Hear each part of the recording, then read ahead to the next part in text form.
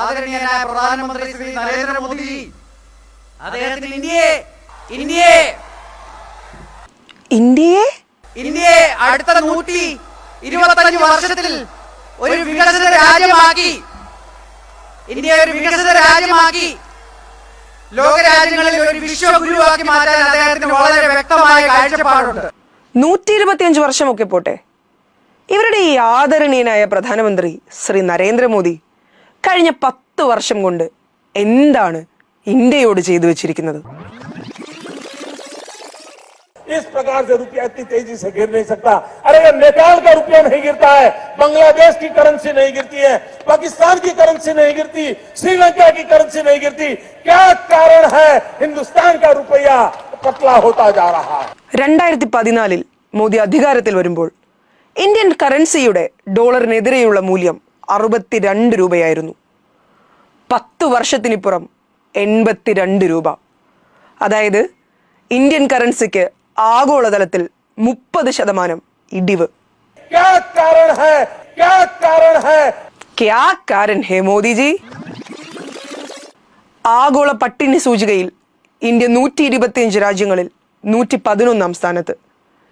24 മണിക്കൂറിനുള്ളിൽ ഒരു ഭക്ഷണവും കിട്ടാത്ത 2 വയസ്സിന് താഴെ പ്രായമുള്ള 6.7 മില്യൺ കുഞ്ഞുങ്ങൾ, 0 ഫുഡ് ചിൽഡ്രൻ ഇന്ത്യയിലുണ്ട്.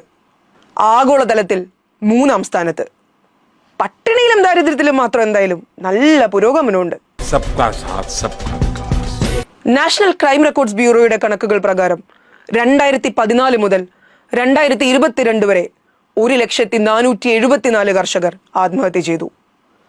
കേന്ദ്ര സർക്കാരിന്റെ ക്രൂരതയ്ക്കെതിരെ ഡൽഹിയിൽ നീതിക്കായി നടത്തിയ 1-ാം കർഷക സമരത്തിൽ മാത്രം പൊലിഞ്ഞത് 700ഓളം ജീവനുകൾ. ശ്രീമാൻ നരേന്ദ്രമോദിജിയെ സംബന്ധിച്ച് അദ്ദേഹത്തിനുണ്ടല്ലോ കളമൊഴിഞ്ഞ ഗുസ്തി താരങ്ങൾ, സ്ത്രീത്വം പിച്ചു ചീന്തപ്പെട്ട മണിപ്പൂർ, കണ്ണീരിൽ ആഴ്ത്തിയ കത്വ, ഉന്നാവ്, മാപ്പർഹിക്കാത്ത ഹദ്രാസ്. 2 വർഷത്തിനുള്ളിൽ അപ്രത്യക്ഷരായ 13,13,078 സ്ത്രീകൾ. ഓരോ മണിക്കൂറിലും ഒരു പീഡന കേസ്. ബുൾഡോസർ രാജിൽ തകരുന്ന ജീവിതങ്ങൾ. ഞാൻ എന്റെ വാക്കുകൾ നിർത്തുന്നു പ്രിയപ്പെട്ടവരെ. ഇങ്ങനെ സ്ത്രീകൾക്കും കുട്ടികൾക്കും ജീവിക്കാൻ കഴിയാതെയാകുന്ന ഇന്ത്യ. CMIയുടെ കണക്കുകൾ പ്രകാരം തൊഴിലില്ലായ്മ എക്കാലത്തെയും ഉയർന്ന നിരക്കായ 9.4% 2 കോടി തൊഴിൽ എന്ന് വാഗ്ദാനം നൽകി വന്നൊരു സർക്കാർ. State of working India 2023 report പ്രകാരം 2021-22 ഇന്ത്യയിലെ 25 വയസ്സിന് താഴെയുള്ള ബിരുദധാരികളിൽ 42%-ലധികം പേരും ജോലിയില്ലാത്തവർ. 2018-നും 22-നും ഇടയിൽ രാജ്യത്ത് തൊഴിലില്ലായ്മ കാരണം 25,231 യുവജനങ്ങൾ ആത്മഹത്യ ചെയ്തു. ഇത് മാത്രമാണ് മോദിയുടെ ഇന്ത്യ.